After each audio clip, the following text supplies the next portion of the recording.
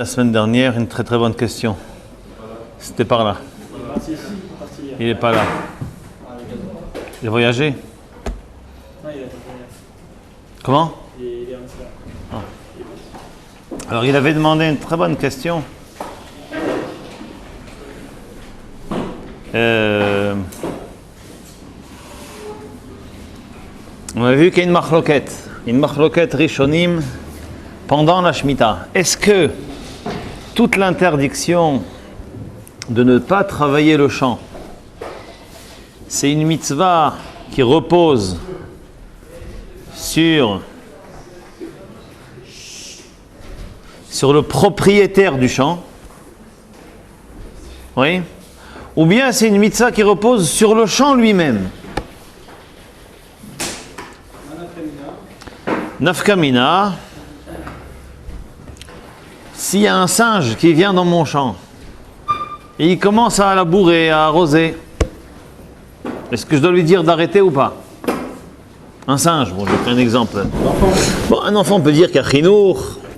Alors est-ce que je dois lui dire de partir ou pas? Alors si la mitzvah est sur le propriétaire du champ, c'est pas moi qui travaille, c'est lui.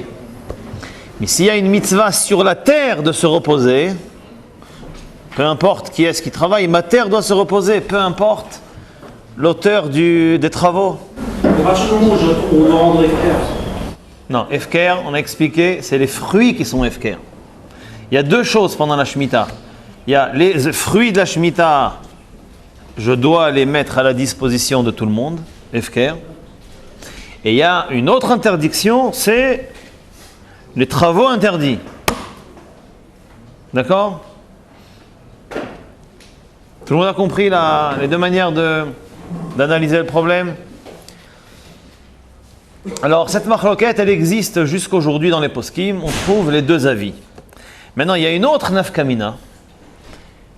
On a vu dans les semaines passées l'interdiction d'arroser le champ. Oui, midera banane, je n'ai pas le droit d'arroser mon champ. Minatora, l'arrosage est permis. Minatora, l'arrosage n'est pas interdit. Les chachamim, eux, ont interdit l'arrosage. Mais on a vu que l'arrosage n'est interdit que s'il est réalisé dans un but il est interdit uniquement si c'est pour donner de l'ampleur à l'arbre ou bien de multiplier, d'augmenter la production. Là, c'est interdit. Mais si l'arrosage n'est réalisé que pour éviter que la plante ne meure, c'est permis. Même si ça donne quand même des fruits, on pourra récolter ces fruits-là. Ça va donner des fruits, mais il faudra connaître la limite. Alors, une autre nafkamina de ce qu'on a dit au début, est-ce que c'est un chiyuv sur la personne ou bien un chiyuv sur le champ?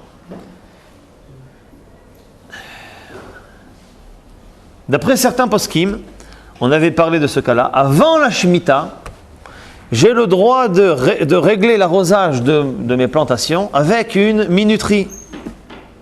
De la même manière qu'il y a des minuteries pour allumer et éteindre la lumière électrique, il y a des minuteries qui ouvrent et qui ferment un arrivage d'eau. Donc, avant la Shemitah, j'ai le droit de régler mon arrosage avec minuterie. Donc je fais tout avant la Shemitah, comme pour le Shabbat. Je prépare ma minuterie avant Shabbat. Et pendant Shabbat, ça éteint, ça allume, ça éteint, ça allume. Pendant Shabbat, je ne fais rien. Alors là aussi, il y a des poskim qui disent que avant la Shemitah, j'ai le droit de faire la même chose. Et attention, non seulement j'ai le droit de régler la minuterie avant la Shemitah, mais j'ai même le droit de régler suivant une quantité qui est pour donner beaucoup de fruits. Même si ça dépasse la quantité nécessaire pour éviter la mort de la plantation. J'ai le droit, pourquoi? Parce que je ne fais rien pendant la Shemitah. Mais il y a des poskim qui disent non. D'après les poskim qui pensent que le chiyuv il est sur moi, c'est vrai, pendant la Shemitah je ne fais rien, c'est permis. Mais d'après les poskim qui pensent que la mitzvah se rapporte à la terre, peu importe si je fais le réglage avant Shabbat, avant la Shemitah ou après la Shemitah, c'est interdit.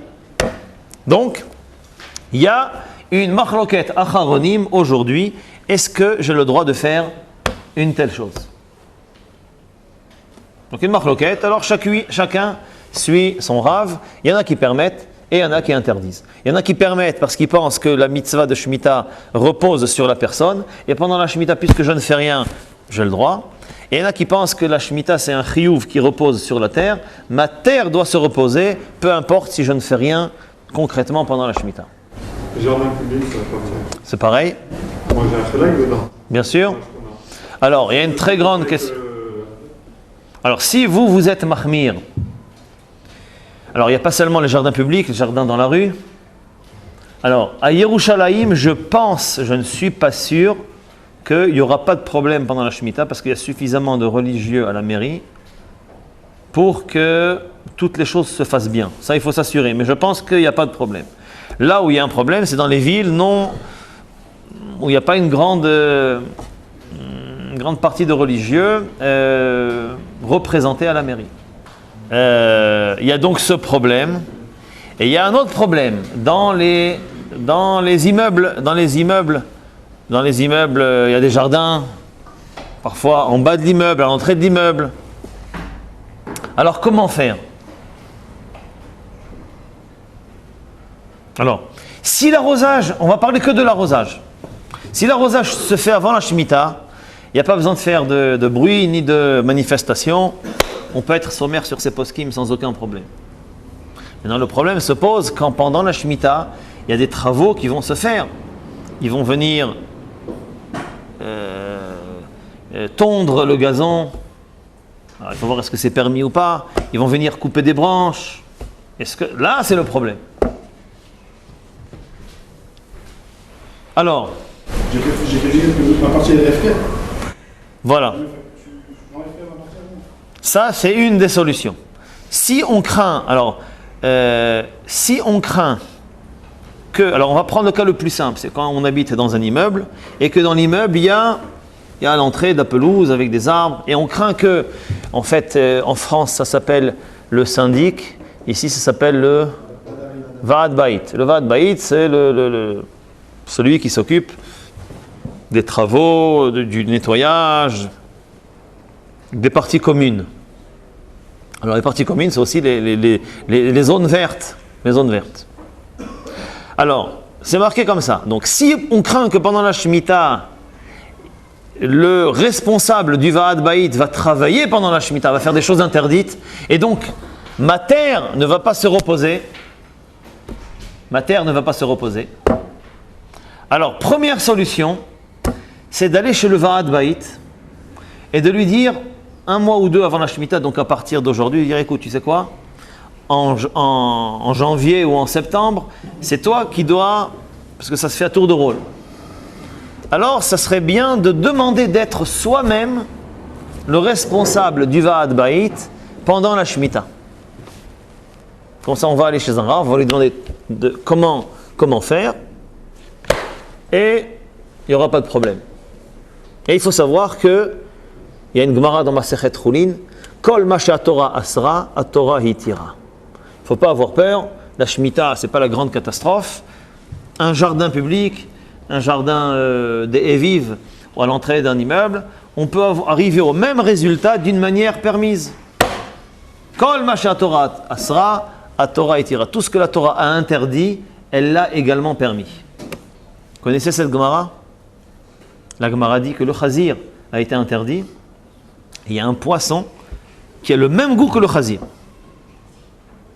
Et ce poisson s'appelle Shibuta. Le Shibuta. La Gemara dans Masechet Shabbat, elle dit que Rav Yosef Machrich Resha, lui, il brûlait la tête, Erev Shabbat, Lichvot Shabbat. Et ensuite, il y avait un autre hémorrhage, j'ai oublié le nom, Malach Shibuta. Rava Malach Shibuta, très bien. Lui, il salait le Shibuta, et bien entendu, parce qu'il avait un goût de chazir. Et il achetait ce poisson pour Shabbat. Donc, à vrai dire, le chazir, a priori, ça doit être très bon. Quand on en trouve de ce poisson dans le commerce? Je ne sais pas c'est quoi comme poisson, mais en tous les cas, on voit de là que les Chachamim disent que si le chazir est interdit, il ne faut pas avoir de la peine, on achète du shibuta. Pardon? Peut-être qu'il y a un poisson, je ne le connais pas, il faut demander à Rav Shaya, il doit sûrement savoir de quoi il s'agit. Donc pour la Shemitah également, si soi-même on prend le Va'ad Bayit pendant la Shemitah, on pourra tout faire d'une manière permise. Maintenant, si le Va'ad Bayit n'est pas d'accord, que un religieux prenne les rênes du jardin et du Va'ad Bayit pendant la Shemitah, alors deuxième solution, c'est, je le ramène également dans le livre, c'est de dire au Va'ad Bayit, très bien, moi j'ai payé et je vais payer pendant la Shemitah ma part tous les mois. Je ne voudrais pas que mon argent soit utilisé pour faire des avérotes. Alors, il faudrait peut-être ne pas le dire comme ça. Alors, il faut dire, voilà, mon argent, ne l'utilisez pas. Je ne veux pas. Et si vous le faites, c'est contre mon gré, vous enfreignez la loi. Après, s'ils le font, ce n'est pas mon problème. Troisième solution, c'est, comme vous avez dit, de rendre Hefker sa part dans les parties communes vertes. C'est le plus simple à faire. C'est de rendre Hefker. Et donc... Mais je paye, c'est possible. Je peux dire que je rends Hefker, mais je paye tous les mois. Mais vous ne payez pas pour la terre, vous payez pour les travaux. Donc vous payez pour les travaux. Maintenant, lorsque pendant la Shemitah, on va travailler sur la terre, ça ne sera pas la vôtre. C'est tout. Et après la Shemitah, automatiquement, pendant quelques minutes après la Shemitah, vous ne dites rien, ça vous revient automatiquement. Donc ça, c'est une autre nafkamina. Est-ce que je peux arroser avant la Shemitah, c'est-à-dire régler l'arrosage avant la Shemitah, pour que pendant la Shemitah, ça arrose plus que ce qu'il ne faut? Voilà. Maintenant, donc je disais que la semaine dernière, quelqu'un qui a posé une très belle question. S'il pleut pendant la Shemitah, est-ce que je suis dans l'obligation de couvrir mon champ? Non? Un problème. Question? Non? S'il pleut pendant la Shemitah, est-ce que je suis obligé de couvrir mon champ? D'après ceux qui pensent que l'interdiction repose sur le propriétaire du champ, moi je fais rien, c'est tout seul. Mais d'après ceux qui pensent que c'est un chiyuv qui repose sur la terre, ma terre doit se reposer, elle travaille, elle est arrosée pendant la Shemitah, je dois la couvrir rapidement. D'accord, c'est pas lui qui décide de la pluie, mais si vous connaissez la notion de Shvitat Kelim pour Bet Shammai, vous savez que pour Bet Shammai, pendant Shabbat, j'ai pas le droit de travailler, bon ça tout le monde le sait, mais même mes Kelim ne doivent pas travailler. D'après Bet Shammai, la halakha n'est pas comme Bet Shammai. Quand Mashiach viendra, la halakha elle sera comme Bet Shammai. Donc à partir de Shabbat prochain. Alors il faut déjà savoir comment on va faire. Si Shabbat arrive, mes kelim doivent se reposer. Ça veut dire quoi en bref? Ça veut dire que pendant Shabbat, je n'ai pas le droit de mettre une marmite sur le feu pour la dafina du Shabbat matin. Parce qu'il travaille, ma marmite travaille pendant Shabbat. Alors comment je fais? Comment on fait? Alors maintenant, d'après c'est Bet Hillel, maintenant la halakha n'est pas comme ça, Shvitat Kelim. Mais d'après Bet Shammai, mes ustensiles aussi doivent se reposer. Comment on va faire son kugel pendant Shabbat? Alors là, la Gemara donne plusieurs réponses. C'est pas shoot. Avant Shabbat, je rends Hefker mes Kelim. Ils sont pas à moi, ils sont pas à vous. Non, celui qui veut, il vient les prendre. C'est ça Hefker. Je les rends Hefker à tout celui qui veut. Et dans ma cuisine, sur mon gaz ou sur ma plata, il y a une marmite qui n'appartient à personne. Celui qui veut peut venir la prendre. Alors attention, que la marmite, pas ce qu'il y a à l'intérieur. Donc pour Bet Shammai, c'est ce qu'il faut faire. Rendre Hefker tous les kelim. Comme ça, c'est pas mon keli qui travaille pendant Shabbat. Maintenant, pour la terre, si il y a de la pluie qui tombe et que ma terre doit se reposer, peu importe que c'est la pluie ou que c'est quelqu'un qui allume un arrosage, elle doit se reposer. Ah, j'ai plusieurs hectares. Peu importe, je dois couvrir ma terre a priori.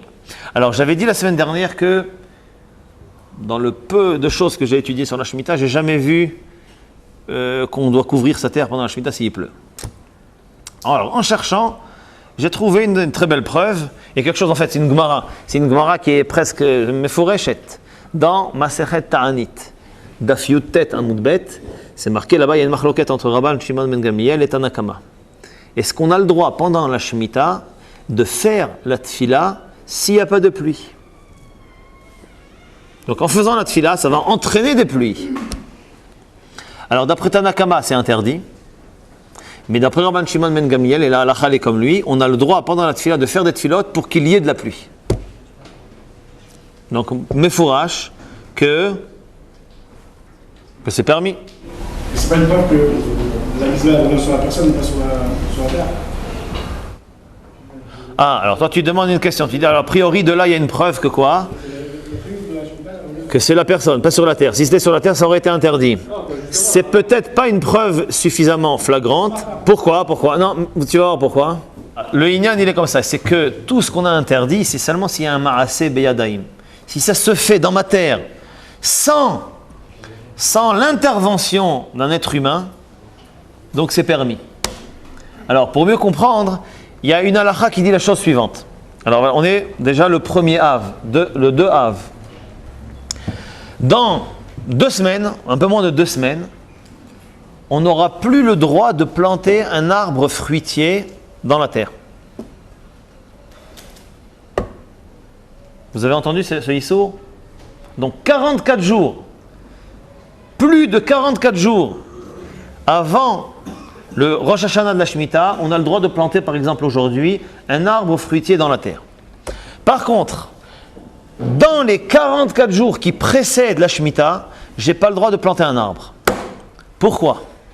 Alors regardez la raison. C'est que on sait très bien que quand on plante un arbre, il faut attendre 3 ans pour manger les fruits. D'accord? Maintenant, la première année, elle n'est pas nécessairement composée de 365 jours. Il suffit de 44 jours dans la première année de la plantation pour que ce soit considéré comme 1 an. 14 jours pour que ça prenne racine. Et encore 30 jours pour que ça soit considéré comme 1 an.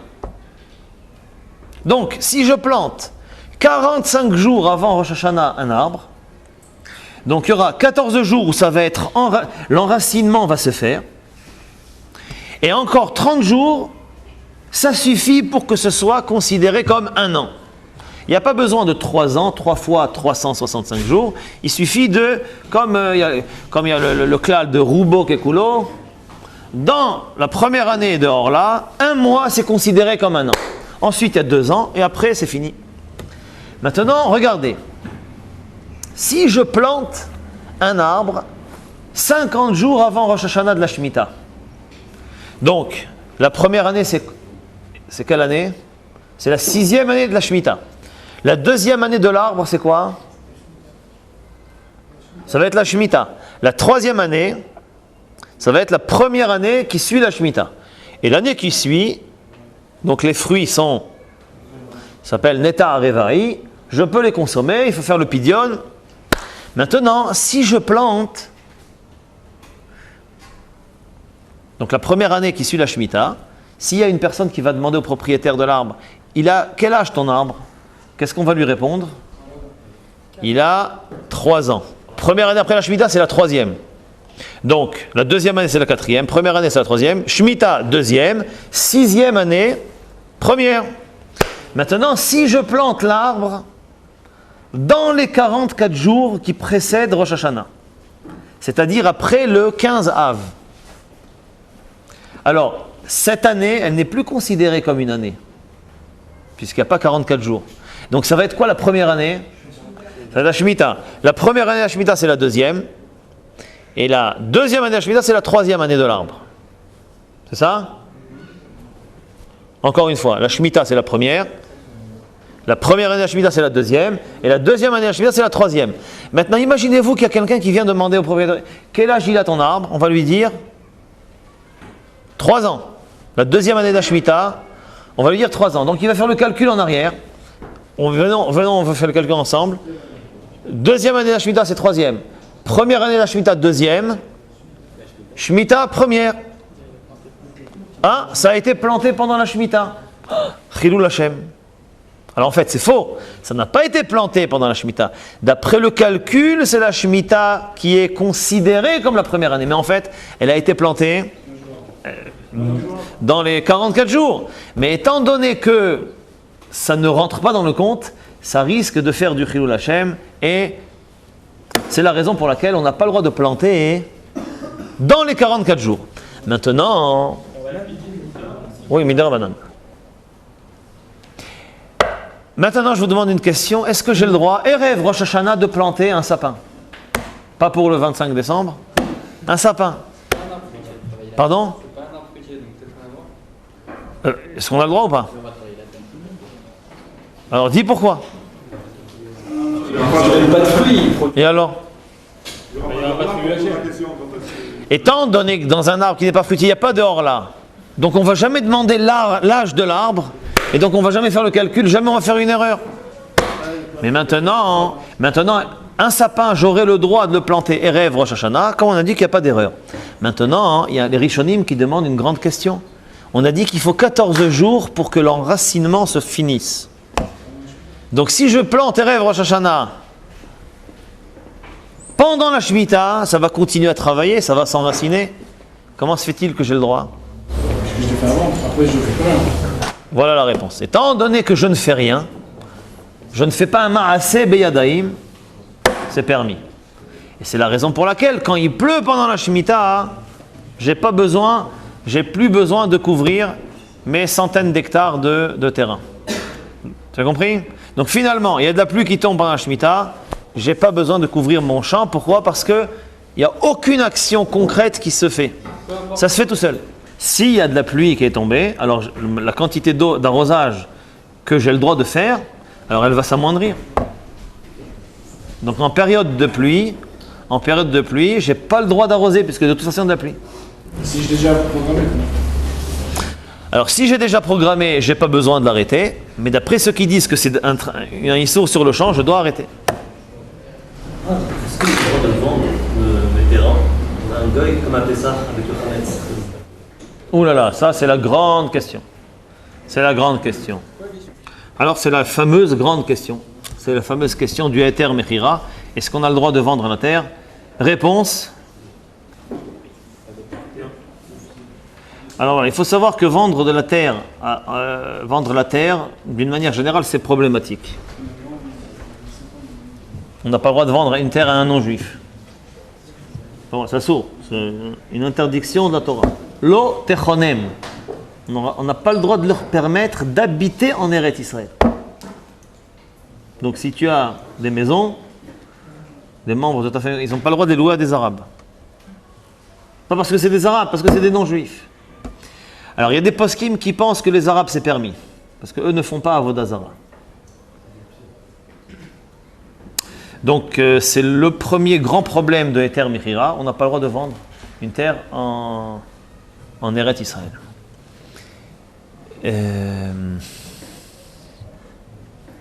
Donc aujourd'hui, l'État d'Israël vend les terres pour permettre aux agriculteurs de tirer profit de leur terrain. Donc il y a des goïms qui vont venir travailler. Un des problèmes, c'est qu'il n'y a pas de gmirut da'at. Lorsque tu vends ton chametz à Pessah, pourquoi tu le vends? Très bien, pour ne pas qu'il t'appartienne pendant Pessah. Maintenant, est-ce que tu sais comment ça se passe? En fait, tu l'as vendu aux non-juifs, c'est-à-dire le Rav l'a vendu pour toi. Tu lui as donné une procuration pour qu'il le vende pour toi. Maintenant, le goy, il faut savoir qu'avant Pessah, il n'a pas payé tout le chametz encore. Il a donné une avance. Et le Rav lui dit, écoute, tu vois tous ces contrats de vente, il y a pour 15 millions de shekels. La vérité. Alors il y en a qui disent que même à Pessah, la vente, elle n'est pas bonne. Vous avez déjà vu un goy qui veut acheter les 3 paquets de bisli de monsieur X, le kilo de farine. Qu'est-ce qu'il a à faire avec tout ça? Ça n'intéresse pas. Il veut vraiment pas acheter, ça c'est sûr. Donc il y en a qui disent que la vente même de Pessah, elle n'est pas valable, parce qu'on sait très bien qu'il ne veut pas acheter. Et tous les ans, c'est le même arabe. Bon, peu importe. En tous les cas, la vente, elle est réalisée. Pourquoi? Alors, il y a certains Acharonim qui disent parce que moi, je fais de mon côté, je fais tout ce que je peux pour me défaire de mon Chametz. Maintenant, si lui, il ne veut pas, c'est son problème. Mais c'est un peu problématique. Maintenant, imaginez-vous que pendant Pessah, ou après Pessah, le Goy, il vient et il achète, il amène un chèque de 15 millions et il achète tout le Chametz. Est-ce qu'on va lui vendre? Mieux que ça, vous avez par exemple, je ne sais pas, qu'est-ce qu'il y a comme grande surface ici? Yesh? Il y a Yesh en bas, très bien. Imaginez-vous que Yesh, il a 5 tonnes de bisli. Il y en a pour 10 millions de shekels. Le Goy, il vient acheter ses bisli. Il donne un chèque de 10 millions. Il est intéressé à lui. Voilà. Yesh est intéressé à vendre Goy. Ça ne le dérange pas de le vendre, son Chametz. Au contraire, au lieu d'aller distribuer les paquets de bisli dans tout Israël, il a fait une affaire en quelques minutes. Comment? Non.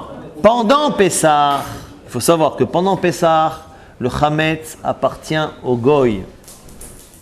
Il n'a pas payé, donc il a une dette. On lui dit, monsieur, le Rav lui dit au Goy, écoute, tu as 7 jours pour trouver l'argent nécessaire pour acheter les bisli. Alors lui, bon, il ne va pas chercher. Mais on va dire qu'il va chercher. Donc il va chercher de l'argent et il ne va pas trouver. Mais il faut savoir que pendant Pessah, le Chametz, c'est à lui. Il a fait le kinyan. Il n'a pas encore payé. Il a donné une avance, mais il a fait le kinyan. C'est à lui. Bien sûr, sinon, c'est à lui. Donc il peut venir prendre. Mais on va lui dire, monsieur, tu as pris 3 paquets de biscuits, il faut payer. Il doit payer. Tout ce qu'il a pris, il doit payer. Mais c'est à lui pendant Pessah. Seulement, il a une dette. Il a une dette, on va dire, en parallèle, il a une dette, il doit donner 15 millions après Pessah. Pessah se finit, il n'a pas trouvé l'argent. Qu'est-ce qu'on va faire? On va lui rendre l'avance. Et qu'est-ce qu'on va faire? Voilà, on ne va pas annuler la vente. On va refaire le kinyan du Chametz. Le Chametz lui appartenait. Le Rav va à nouveau faire le kinyan du Chametz pour le réacquérir. Mais quand je vends mon Chametz, je suis intéressé de lui vendre. Au cas où il vient l'acheter, je suis intéressé de lui vendre. Maintenant, dans le cadre de la Shemitah, s'il y a un goy, imaginez-vous un arabe, il vient acheter une terre en Israël. Est-ce qu'on va lui vendre? Hein? J'ai rien dit, moi. Ah oui, alors, à cause de l'interdiction. Mais imaginons qu'il n'y a pas cette interdiction. Alors tu as raison, c'est vrai, à cause de l'interdiction, on ne va pas lui vendre. Mais mieux que ça. Aujourd'hui, qu'est-ce qui se passe malheureusement en Israël? On est en train de dire des divrei Torah, mais nos frères sont en train de recevoir des missiles sur la tête, à côté de leur tête. Est-ce qu'il y a un juif aujourd'hui qui serait prêt et capable de vendre un bout de terre en Israël à un arabe? Jamais on va vendre un terre. On est en train de se battre pour accumuler le plus de terre. Et c'est sûr qu'on ne va jamais vendre. Vous connaissez Kiryat Sefer? Kiryat Sefer, ça appartenait, le Shetach où ça a été construit, ça appartenait à des Arabes. Et il y a eu 5 Avrechim, 4 ou 5 Avrechim qui étudiaient à Poniovitch, au collège de Poniovitch à Bnei Brak. Ils se sont rendus compte qu'il n'y avait pas beaucoup de maisons en Israël pour les enfants qui se marient. Qu'est-ce qu'ils ont fait? Ils ont cherché un terrain en Israël où ils allaient construire une ville religieuse. Ils ont tourné, je ne sais pas comment ils ont fait, ils ont trouvé Kiryat Sefer. Aujourd'hui, il y a plus de 60 000 habitants. Plus de 6 à 7 000 familles. Eh bien, figurez-vous que les Arabes qui ont vendu, ils les ont tués. Ils leur ont coupé la tête.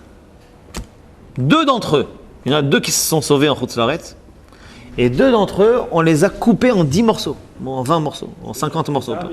Les Arabes eux-mêmes ont tué le... Parce que, comment, tu vends une terre, tu vends une partie de la terre. Pardon? Oui, Brachfeld, Chefziba, tout le Ezor là-bas, tout le Ezor. C'est dans quel À une demi-heure d'ici, en bus. Côté de Modine. Donc ça c'est Amavdil ben Kodesh Lechol. Amavdil ben Kodesh Lechol, ce sont les... Alors c'est sûr que nous, on a une terre. Alors nous, on ne fera jamais quelque chose comme ça. Akol Kol Yaakov Vayadaim Eda Esav. Mais vendre, ça ne se vend pas un bout de terre en Eretz Israël, ça n'a pas de valeur. Donc c'est sûr que quand on va vendre la terre, on n'a pas une vraie conviction, une vraie... Comment ? De vouloir s'en débarrasser, jamais on voudra. Donc, a priori, la vente n'est pas bonne. Dans le Chametz, on sera prêt à vendre. Mais, voilà, on serait prêt à vendre le Chametz, il n'y a pas de problème. Mais là, dans une terre, donc c'est un peu problématique. Voilà.